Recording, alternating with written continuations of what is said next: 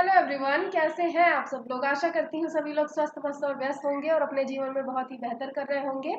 आप अपनी तैयारी बहुत ही सुचारू ढंग से, बहुत ही अच्छे ढंग से कर रहे होंगे सीटेट की। और आज आपकी तैयारी में ही मदद करने के लिए हम फिर से एक नया वीडियो लेकर आए हैं। इस वीडियो में हम 10 जनवरी 2023 का जो सबसे लेटेस्ट एग्जाम हुआ था सीटेट के द्वारा, और ये ऑनलाइन में हुआ था, तो यही 10 जनवरी 2023 का हम लोग क्वेश्चन पेपर इस वीडियो में डिस्कस करेंगे। आज इस वीडियो के इस पार्ट में हम लोग सीडीपी पार्ट डिस्कस करेंगे, क्वेश्चन नंबर 1 to 15।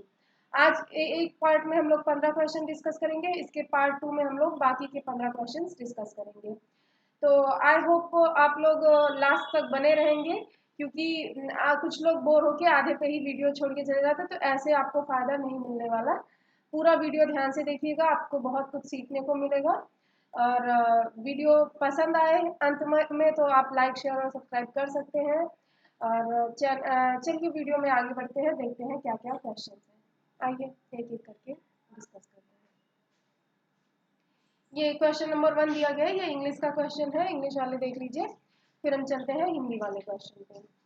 ये हिंदी में क्वेश्चन दिया गया है, क्वेश्चन नंबर 1 है, बालक का विकास किन क्षेत्रों में बटा है।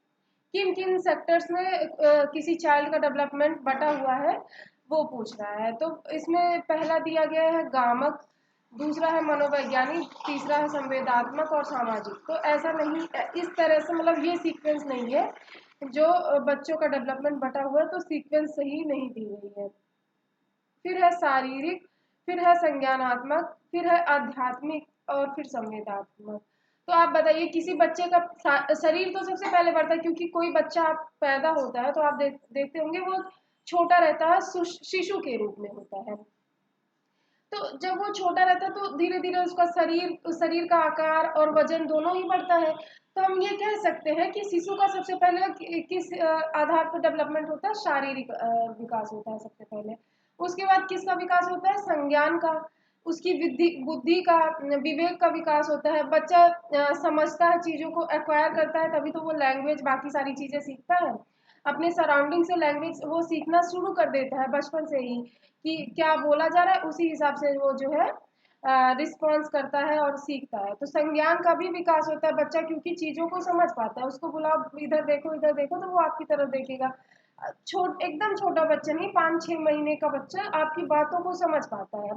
फिर धीरे धीरे वो बैबलिंग चालू करता है, बबलाना, मतलब कुछ ना कुछ ऐसे बबलाता रहेगा, बोलता रहेगा। समझ आपको नहीं आएगा, लेकिन वो अपने उस टाइम शब्द बनाता रहता है, कि मतलब सराउंडिंग में जैसा लोग बोलते रहते हैं उसी हिसाब से वो भी बोलना चाहता है कि हम भी ऐसा बोलें। तो संज्ञान का विकास तो हो रहा है, पहले शरीर का हुआ, फिर संज्ञान का हुआ। तो उसके बाद क्या आध्यात्मिक विकास होता है, बच्चा पूजा पाठ में रुचि लगा लेता है, मतलब संत टाइप की प्रवृत्ति जागृत होती है बच्चों में। संत टाइप की प्रवृत्ति नहीं जागती होती, उसके बाद बच्चों का क्या, संवेग का विकास होता है, यानी कि इमोशंस बच्चों में। उसके बाद इमोशंस आते हैं पहले, तो इसमें ये ऑप्शन इस वजह से गलत हो जाएगा, क्योंकि उसके बाद अध्यात्म का नहीं, संवेग का विकास होता है। आइए नेक्स्ट ऑप्शन देखते हैं। पहला है इसमें शारीरिक विकास, तो ठीक है, पहला तो शारीरिक विकास होगा। दूसरा है संज्ञानात्मक विकास, ठीक है, उसके बाद संज्ञानात्मक विकास होगा, संज्ञान आएगा बच्चे में। फिर है गामक, फिर उसके बाद गामक विकास, उसके बाद क्या है, सामाजिक विकास। तो यही सही सीक्वेंस है, क्योंकि उसके बाद बच्चे का गामक विकास होता है, और जो वो अपनी फैमिली में ही रह के देख के सारी चीजों को एक्वायर करके सीखता है, तो उसको बोलते हैं गामक विकास, तो वो होता है। उसके बाद क्या होता है, सामाजिक विकास। बच्चा फिर जैसे जैसे धीरे धीरे बड़ा होता है, 2-3 साल का, 4 साल का, तो बच्चों को समाज में भी रिप्रेजेंट किया जाता है। उसे किसी फैमिली फंक्शन में और कहीं पार्टी में लेके जाया जाता है, तो वहाँ वो समाज के संपर्क में आता है और वहाँ उसका सामाजिक विकास होता है। फिर उसको स्कूल में एडमिट करा दिया जाता है, स्कूल में भी उसका एक सोशलाइजेशन ही होता है, सामाजिकरण ही होता है। तो इसीलिए ये तीसरा ऑप्शन इसमें सही हो जाएगा। आइए नेक्स्ट क्वेश्चन देखते हैं, question number 2। Which of the following principle states that development proceeds directly from। तो ये 4 ऑप्शंस दिए गए हैं, आइए हिंदी में भी देख लें। निम्नलिखित में से कौन सा सिद्धांत यह दर्शाता है कि विकास दिशात्मक है, सिर से पैर की ओर। तो आपको पता होगा कि डेवलपमेंट 2 टाइप का था, एक सिफेलोकॉडल, एक प्रोक्सिमो डिस्टल। तो सिफेलोकॉडल मतलब शीर्षगामी, ये सिफेलोकॉडल डेवलपमेंट और प्रॉक्सिमोडिस्टल मतलब और भी है, लेकिन सीटेट में इन्हीं दोनों से, सीटेट वालों को इन दोनों डेवलपमेंट से इतना लगाव है कि इस टॉपिक से क्वेश्चन हर बार बनते हैं, हर शिफ्ट में बनते हैं। तो इसी वजह से आप इसको अच्छे से समझ लीजिए कि क्या है इसका मेन कॉन्सेप्ट, सिफेलोकॉडल डेवलपमेंट क्या है, प्रॉक्सिमोडिस्टल डेवलपमेंट क्या है। इस पर मैंने एक डिटेल वीडियो भी बनाया है, आप चैनल के में जाएंगे तो वहाँ आपको वो वीडियो मिल जाएगा, सीटेट टॉपिक वाइज प्रिपरेशन, तो उसमें एक वीडियो होगा। तो ये क्या है, सिर से पैर की ओर होता है शीर्षगामी विकास। तो मतलब अगर बच्चे का शीर्षगामी यानी कि सिफेलोकॉर्डल डेवलपमेंट हो रहा है, तो बच्चे का विकास कहाँ से होगा, सिर से पैर की ओर होगा। मतलब पहले दिमाग का विकास होगा, बुद्धि आएगी, उसके बाद धीरे धीरे उसके नीचे डेवलपमेंट होगा, उसके बाद हाथों का विकास होगा, उसके बाद पैरों का विकास होगा। और अगर बच्चों का प्रॉक्सिमो डिस्टल डेवलपमेंट हो रहा है, थोड़ा सा मैं यही एक्सप्लेन कर देती हूँ, जो लोग वीडियो ना जाए देखने, तो जिससे उनको भी समस्या ना हो। तो जो प्रॉक्सिमो डिस्टल यानी कि अधोगामी सिद्धांत है डेवलपमेंट का, विकास का, तो उसमें क्या होता है, बच्चे का केंद्र से विकास होता है, केंद्र से सभी दिशाओं में विकास होता है। केंद्र यानी कि नाभि से बच्चों का सभी डायरेक्शंस में इक्वली विकास होता है, मतलब कि हाथों पैरों का, फिर इधर सिर की तरफ, सब तरफ समान रूप से एक साथ विकास होता है। और शीर्षगामी विकास में विकास सिर से पैर की तरफ होता है। यही एक डिफरेंस है दोनों विकास में। तो इससे क्वेश्चंस बहुत आते हैं, आई होप आपको समझ आया होगा। और इसमें आपको पता ही है, पहला ऑप्शन सही हो गया। आइए नेक्स्ट क्वेश्चन देखते हैं। ये इंग्लिश का क्वेश्चन है, इंग्लिश वाले देख लीजिए। आइए हम हिंदी पे चलते हैं। ये दिया गया है, क्या है दिया, राघव जब शिशु था तब उसे माता पिता के स्नेह से वंचित रहना पड़ा। मतलब राघव कोई बच्चा है जो जब छोटा था, बच्चा था, तो उस टाइम उसको माता पिता के स्नेह से वंचित रहना पड़ा, नहीं मिला। बाल्यावस्था के आगे के चरण में उसे बहुत संवेदनशील अध्यापक मिले, बहुत सेंसिटिव टीचर, फिर भी उसे लोगों पर विश्वास करने में परेशानी होती थी और वह जोखिम लेने का साहस नहीं दिखा पाता। राघव के विषय में विकास कौन सी एकदम सुस्पष्ट रूप से वर्णित होता है, कौन सा मुद्दा विकास का सुस्पष्ट रूप से वर्णित है, तो यही बताना है इसमें। फिर निरंतरता है, अनिरंतरता का मुद्दा ये नहीं है। निरंतरता मतलब कि कंटिन्यूअसली कोई प्रॉब्लम चल रही है, तो उसको ये इसमें नहीं होगा। दूसरा क्या है, आरंभिक, फिर बाद के अनुभवों का मुद्दा, बिल्कुल सही। आरंभिक में मतलब शुरुआत में जो उसको अनुभव हुआ है, वही वो अनुभव बाद के मुद्दों में भी लगा रहा है, जिस वजह से वो किसी और पे भरोसा नहीं कर पा रहा। तो इसमें यही प्रॉब्लम है कि वो मतलब शुरुआत में उसको माता पिता का स्नेह नहीं मिला, बाद में उसको संवेदनशील अध्यापक मिले, लेकिन जो है वो उन पे भरोसा नहीं कर पा रहा, क्योंकि उसका शुरुआत का अनुभव इतना खराब है कि वो आगे किसी पे भरोसा नहीं कर पा रहा। आई होप आपको समझ आया होगा। आइए नेक्स्ट देख लेते हैं। The play that facilitates children to understand others thought, believes and feelings. फिर चार ऑप्शंस दिए गए हैं कि मतलब जो दूसरों की फीलिंग्स, भावनाओं और विचारों को समझता है, उसमें किस प्रकार की कल्प इंटेलिजेंस है। इंटेलिजेंस हार्वर्ड गार्डनर ने दिया है, आपको पता होगा, उन्होंने बहुत सारे डायमेंशंस दिए हैं इंटेलिजेंस के।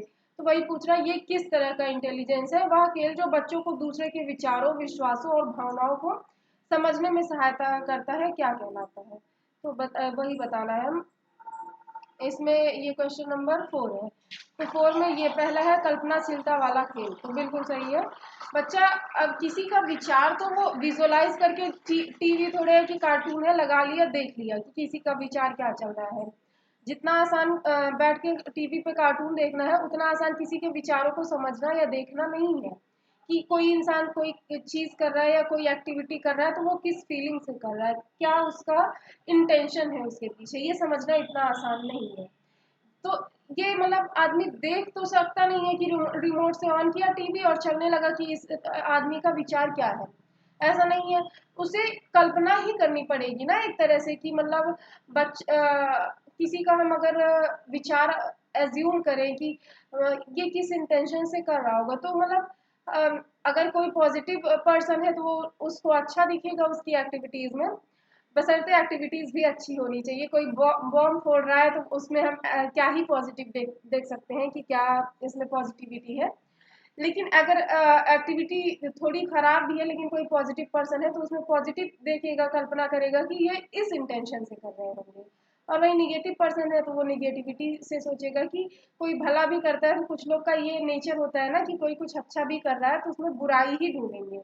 तो इस तरह का नेचर होना नहीं चाहिए बेसिकली।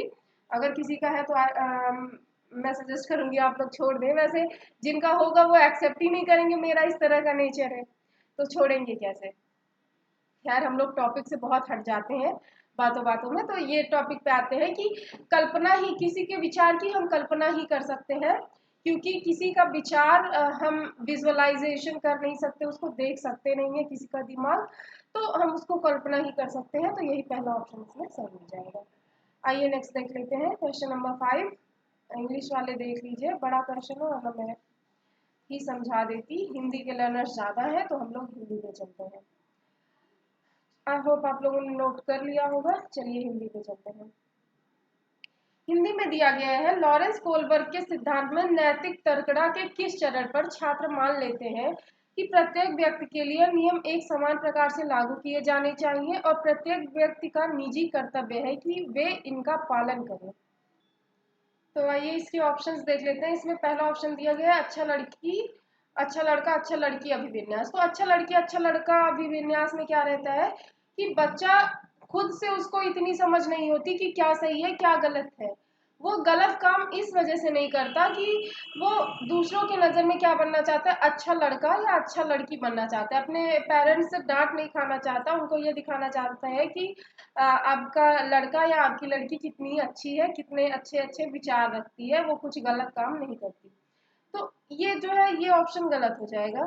फिर क्या है, दंड और आज्ञा पालन अभिविन्यास, तो ये भी गलत हो जाएगा क्योंकि क्वेश्चन पढ़िए, क्वेश्चन में क्या लिखा है, नैतिक तर्कता के किस चरण में छात्र मान लेता है। वो खुद मान ले रहा है, ना कि किसी प्रेशर में या उसके फैमिली मेंबर से, माता पिता की दंड के डर से कि ये हमें पनिशमेंट मिल जाएगी अगर हम नहीं मानेंगे। तो इस तरह का डर उनको कुछ नहीं है। तो उनको सेल्फ रियलाइजेशन आता है कि प्रत्येक व्यक्ति के लिए नियम समान है और उन्हें लागू भी समान रूप से होना चाहिए, ये सबका निजी कर्तव्य है। तो ये दंड और अभिविन्यास भी आज्ञा पालन अभिविन्यास भी गलत हो जाएगा। तीसरा, यांत्रिक प्रयोजन अभिविन्यास, ये भी गलत है। इसमें कोई यांत्रिक प्रयोजन है, कुछ भी नहीं है। चौथा क्या है, सामाजिक क्रम को बनाए रखने का अभिविन्यास, बिल्कुल सही। क्योंकि देखिए यहाँ क्या कह रहा है, प्रत्येक व्यक्ति का निजी कर्तव्य है कि वे इनका पालन करें। क्यों? क्योंकि सामाजिक क्रम ही ऐसा है। अब जैसे ट्रैफिक रूल्स बनाए गए हैं तो वो सामाजिक क्रम ही ऐसा है, समाज के भले के लिए ही वो रूल्स बनाए गए हैं, लोगों के भले के लिए ही बनाए गए हैं। अगर सबका ये धर्म है, सबकी ड्यूटी, अगर कॉन्स्टिट्यूशन में आपको राइट्स दिए गए हैं तो आपको ड्यूटीज भी दी गई है ना। तो उसी तरह की सोच बच्चों की डेवलप होती है इसी अभिविन्यास के अंतर्गत कि अगर ट्रैफिक रूल्स बनाए गए हैं तो वो समाज का कर्तव्य है, सभी लोगों का कर्तव्य है कि वो उसका मतलब पालन करें। क्योंकि जो है इससे एक्सीडेंट्स के चांसेस कम रहेंगे, इससे उनकी ही लाइफ सेव होगी, इससे वो ये उनके लिए भी बेटर है और बाकी के उनके आजू बाजू के लोगों के लिए भी बेटर है। तो यही सामाजिक क्रम को बनाए रखने का अभिविन्यास, चौथा ऑप्शन सही हो जाएगा। ये नेक्स्ट 6 देख लेते हैं। ये इंग्लिश का क्वेश्चन है। क्वेश्चन इस वाले सीरीज में काफी बड़े बड़े थे भाई। क्वेश्चन ही पढ़ते, कंप्यूटर अब ऑफलाइन हो गया आप लोग के लिए, बहुत अच्छा है क्योंकि ऑनलाइन में बार बार इधर राइट लेफ्ट राइट स्क्रॉल करो, फिर ऊपर नीचे स्क्रॉल करके क्वेश्चन पढ़ने में ही काफी टाइम लग जाता था। एक साइड ऑप्शन लिखा रहता था, आधे स्क्रीन में क्वेश्चन रहता था, तो बड़ी प्रॉब्लम होती थी। अब पेन पेपर मोड बहुत अच्छा है। आइए नेक्स्ट देख लेते हैं क्वेश्चन नंबर 6 हिंदी में। अपने लंबे मगर कम चौड़े गिलास में नींबू पानी के स्तर की ओर इशारा करते हुए सारा अपनी बहन को चिढ़ाती है कि उनके पिताजी ने उसे ज्यादा नींबू पानी दिया है। उनकी बहन किसी भी तरह की प्रतिक्रिया नहीं देती है क्योंकि उसने अपने पिता को उसके गिलास से सारा के गिलास में नींबू पानी डालते हुए देखा है और वह जानती है कि दोनों गिलासों में नींबू पानी की मात्रा एक समान है। इस संदर्भ में सारा क्या प्रदर्शित कर रही है? तो देखिए इसमें क्या है, इसमें सारा में कौन सा गुण है, सेंट्रेशन का, केंद्रीकरण का, यानी कि इसमें इंग्लिश वालों के लिए ये सेंट्रेशन होगा। तो इसमें सेंट्रेशन का गुण है केंद्रीकरण का। सारा में ये केंद्रीकरण का गुण अभी डेवलप नहीं हुआ है।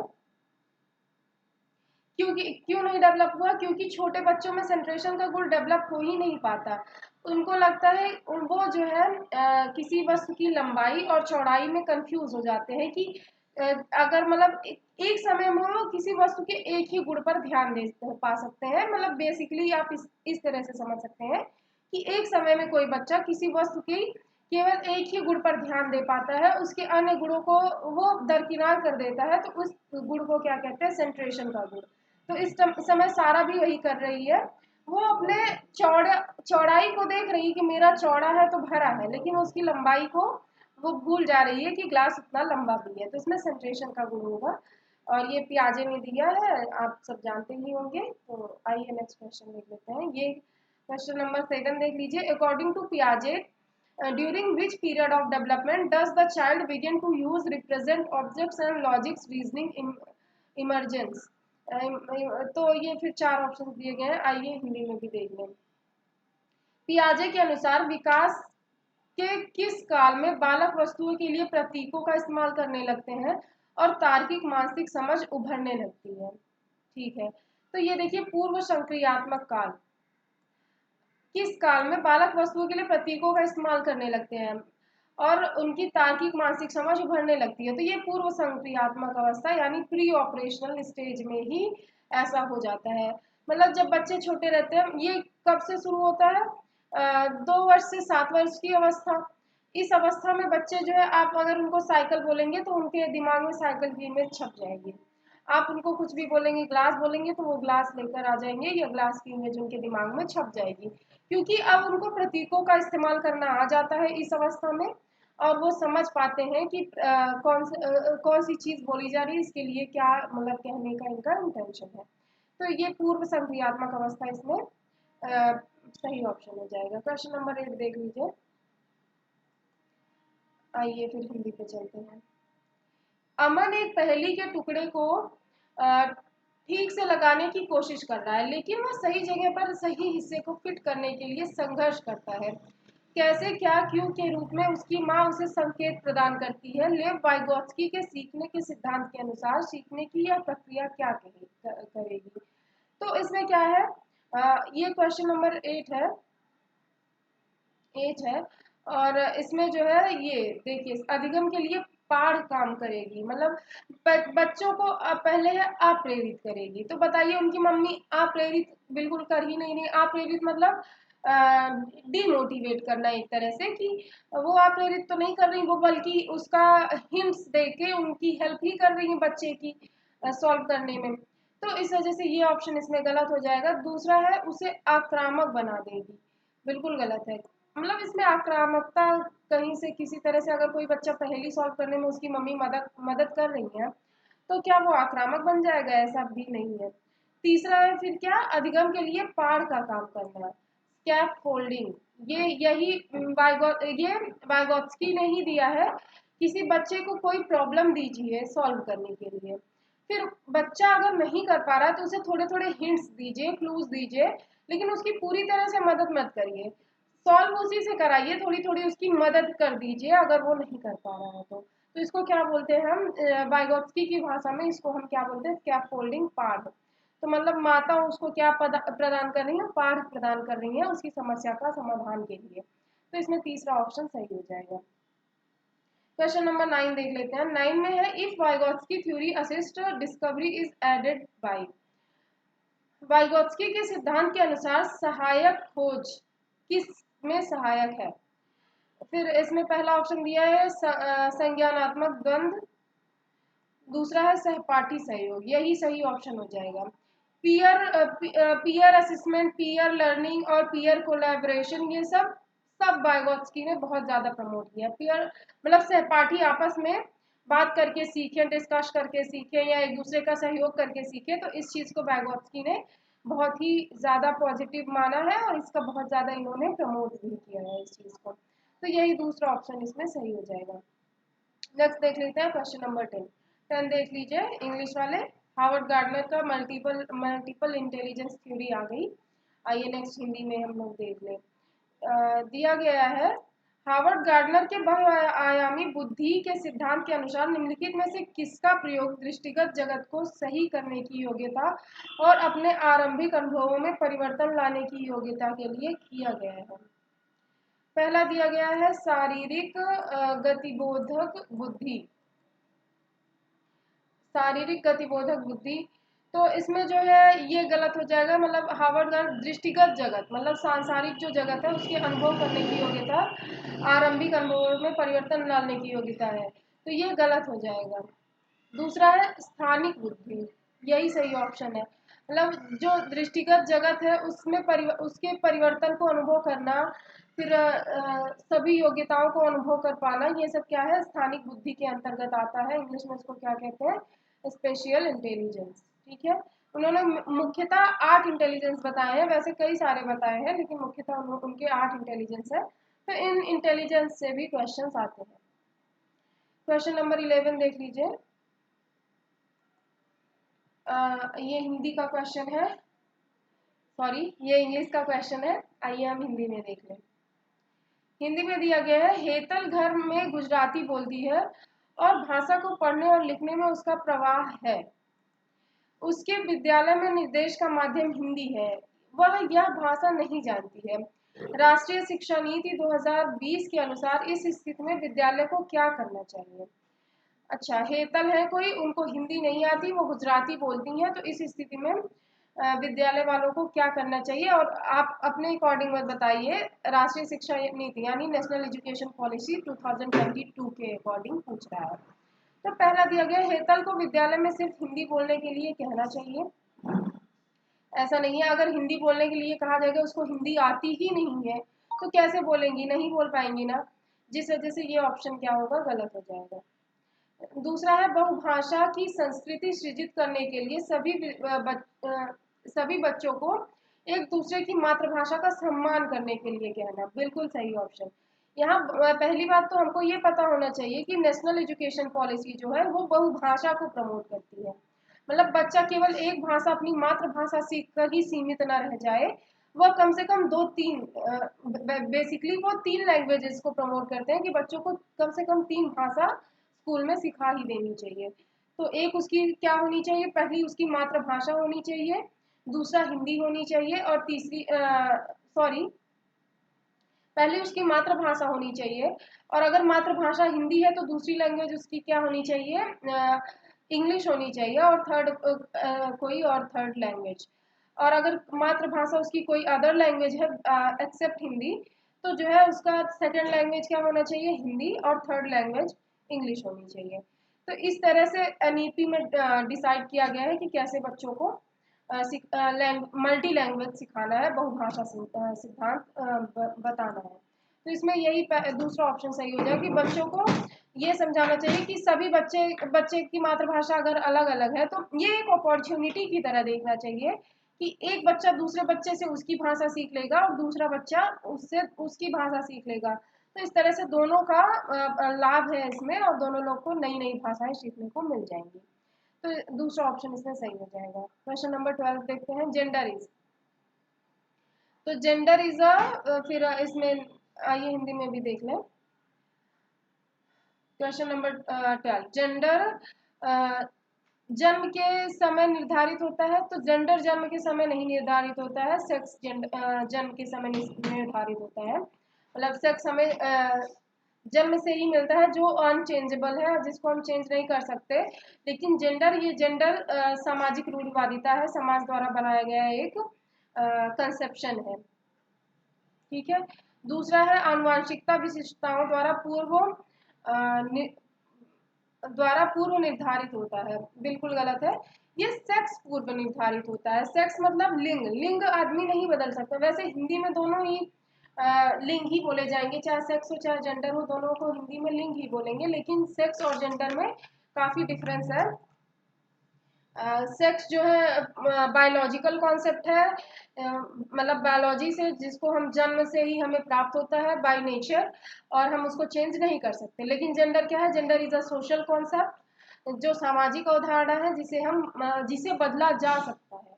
तो इस वजह से ये क्या है, तीसरा ऑप्शन, ये देखिए सामाजिक में बोल रही थी, आप ही गया, तो यही तीसरा ऑप्शन इसमें सही हो जाएगा, सामाजिक संरचनाओं द्वारा आरोपित होता है, यही सही ऑप्शन है।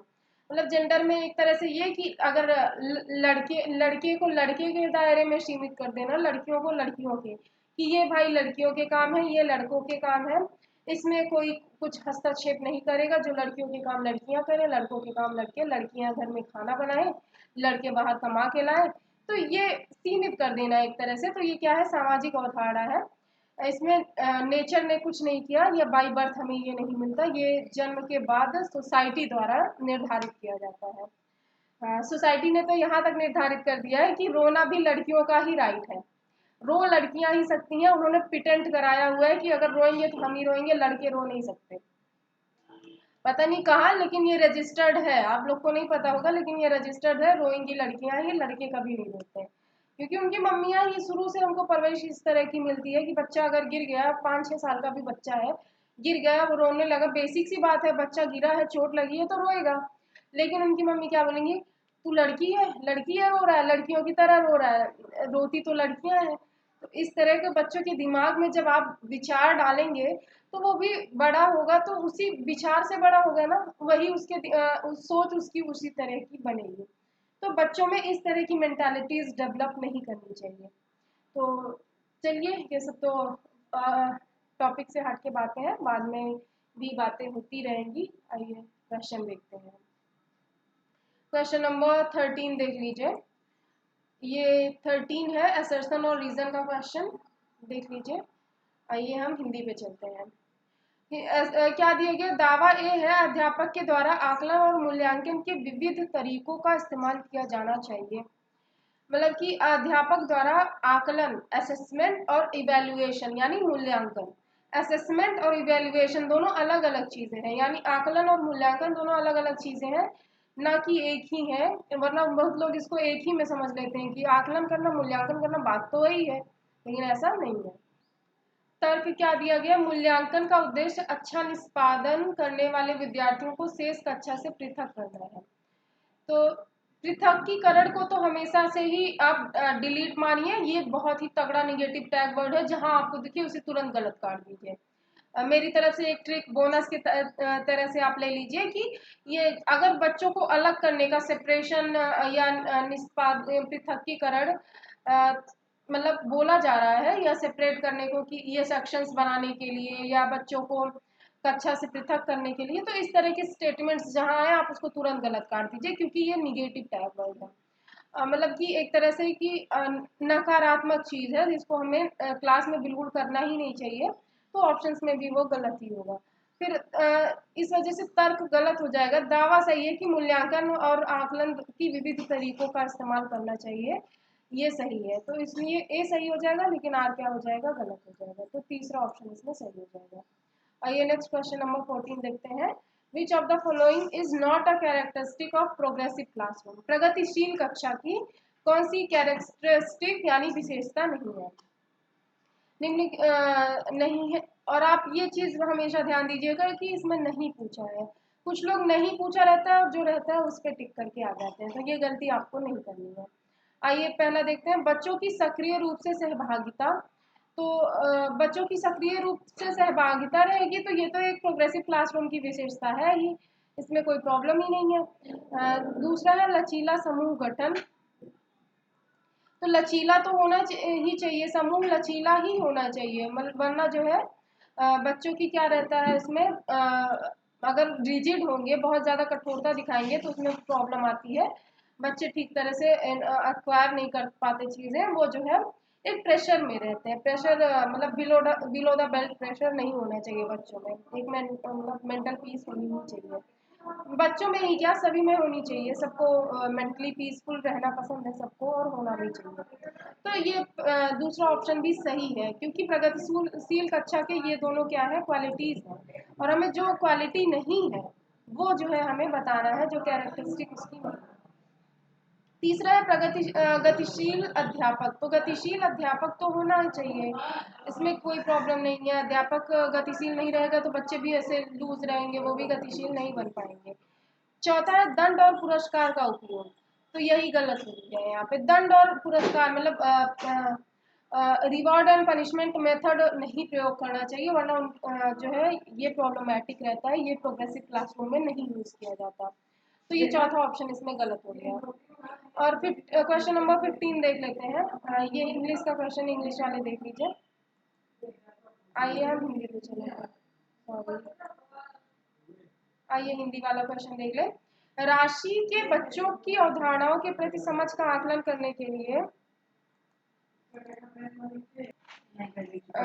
नई विधि का प्रयोग किया गया। उसने बच्चों से कहा कि वे एक उत्तर के लिए जितना संभव हो अधिक से अधिक प्रश्न बनाएं। शिक्षण अधिगम क्या का यह उपागम, मतलब यह उपागम क्या कहलाता है, तो वही पूछ रहा है। तो बाल केंद्रित, बिल्कुल सही। आपको क्वेश्चन पढ़ने से ही समझ आ रहा है, इसमें टीचर का कोई रोल नहीं है। ये देखिए, टीचर ने उनको बस क्या दिया, उत्तर दे दिया और बोला कि इसके आप जितने पॉसिबल क्वेश्चंस हो सके आप बनाइए। तो एक तरह से ये बाल केंद्रित शिक्षा ही तो है, मतलब बच्चे को सेंटर में रख के उससे ही सारी चीजें कराई जा रही है, टीचर का इन्वॉल्वमेंट इसमें नहीं है। तो ये बाल केंद्रित शिक्षा हो गई। तो क्वेश्चन नंबर 15 तक हमने डिस्कस कर लिया। आज की वीडियो में इतना ही। वीडियो पसंद आई हो तो लाइक शेयर और सब्सक्राइब करना मत भूलिएगा। आज की वीडियो में इतना ही। तब तक के लिए धन्यवाद। मिलते हैं नेक्स्ट वीडियो में। जय श्री राम।